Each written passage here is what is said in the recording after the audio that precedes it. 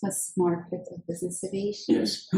Everyone is back to Geneva, EBACE 2023. I'm counting. Yes, no, you're right. First impressions, what do you expect from the show? Obvious question, how did you spend the year from last EBACE? Okay, well, last EBACE was the first EBACE after the COVID hiatus, which was a great show for us. We decided, contrary to what you used to do, not to exhibit outside, so we do not have aircraft on the static. Instead, we have the entire team based in a nice place downtown and roving around and taking advantage of everything.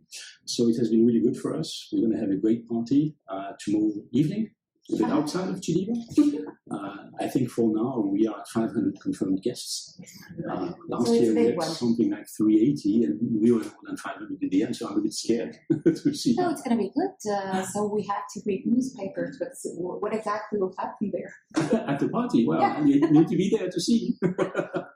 You know, to live it. But I hope we don't have too many people and it doesn't end up being a street party. But no, the main thing is everybody has a good time.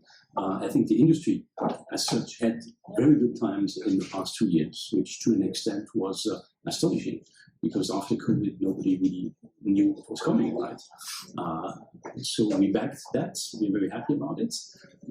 I think what we see now on our side is the return of what I would call business aviation. So the corporate buyers are back, and they are back buying. In the years right after COVID, it was more to the tune of 60% private individuals who were buying. And we saw that last year for us. So 22, we had a switch, and it's now 60% of corporate buyers. What do you expect from this year? Do you think that it's changing, or the positive trends from the last year, it becomes even more serious? Well, you know, we have so many external factors who are influencing the industry. And you know what they say about forecasting. Forecasting is very difficult, especially if you're talking about the future. So we believe, you know, the return of the corporate investor is showing a return to fundamentals, to what I call business aviation. There's a stabilization in the market for sure. Some people seem to be expecting a cliff dive. It's not going to happen. Just look at the numbers. You know, we are publishing, I think it's coming out tomorrow, our newest market forecast. Actually, it's the 9th edition. And if you look back, all the 9 editions have been pretty accurate. You know, I challenge anybody to go have a look. So what we said was on the money, actually. So we got lucky. So we need to stay with this one.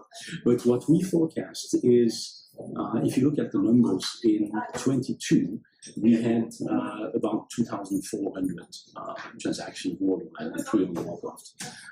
It's going to be less this year, but it's still going to be the same level, if not a bit above what we had in 2018 and 2019, which were great years. So yes, it is going to be less. It's no longer Christmas, like you said before, but it's still very good. No, I'll take that any day. Sometimes it's not about quantity, but about quality. So, good point. If you look at that, actually, there's one interesting metric. It's the average price of a pre-owned transaction. And in 22, it actually increased compared to the previous year by 38%. So worldwide, the average price of a pre-owned transaction has been $8.2 million, up from a bit around 6 a year the year before. Even if we don't talk that much about future, what do you plan to do? Any surprises? Any announcements for the year to come? We plan to do our work. Well, I don't call it a job. I actually always say I'm not working. You know? What we do is it's not working. You work when you wake up in the morning to do something you don't want to do, which is not the case. We're very lucky in that sense. The last big announcement we had was the acquisition of CFS, Corporate Fleet Services, a US-based broker, which is really complementing our offering. It's a new market. Well, we are already in that market, but not to the extent they are. You know, they really specialize in that end of the market, which is turboprop, light jets up to medium jets. They occasionally as well do the big one. They just closed the Boeing business jets, for instance.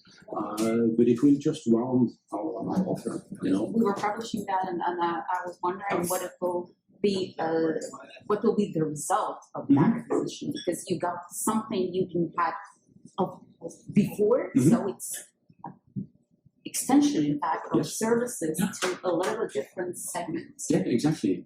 It's really what you said. It's an extension of our service in a different segment. And especially for Europe, it's going to be profitable because we always struggled a bit to find inventory in that end of the segment of the industry.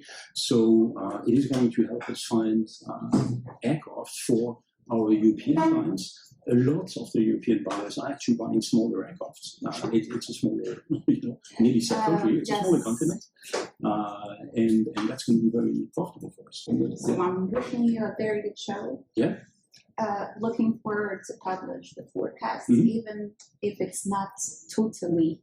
You know what? Let's meet in 1 year and have a look back at what it was. Because this is not, honestly, it's something people rarely accept to do.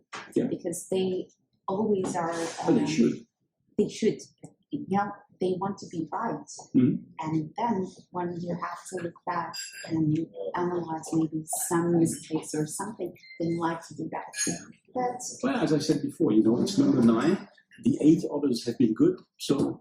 Perfect show. Okay. Thank you so much. Next year, same place, maybe same time. That's a deal. All good. Perfect. Thank you.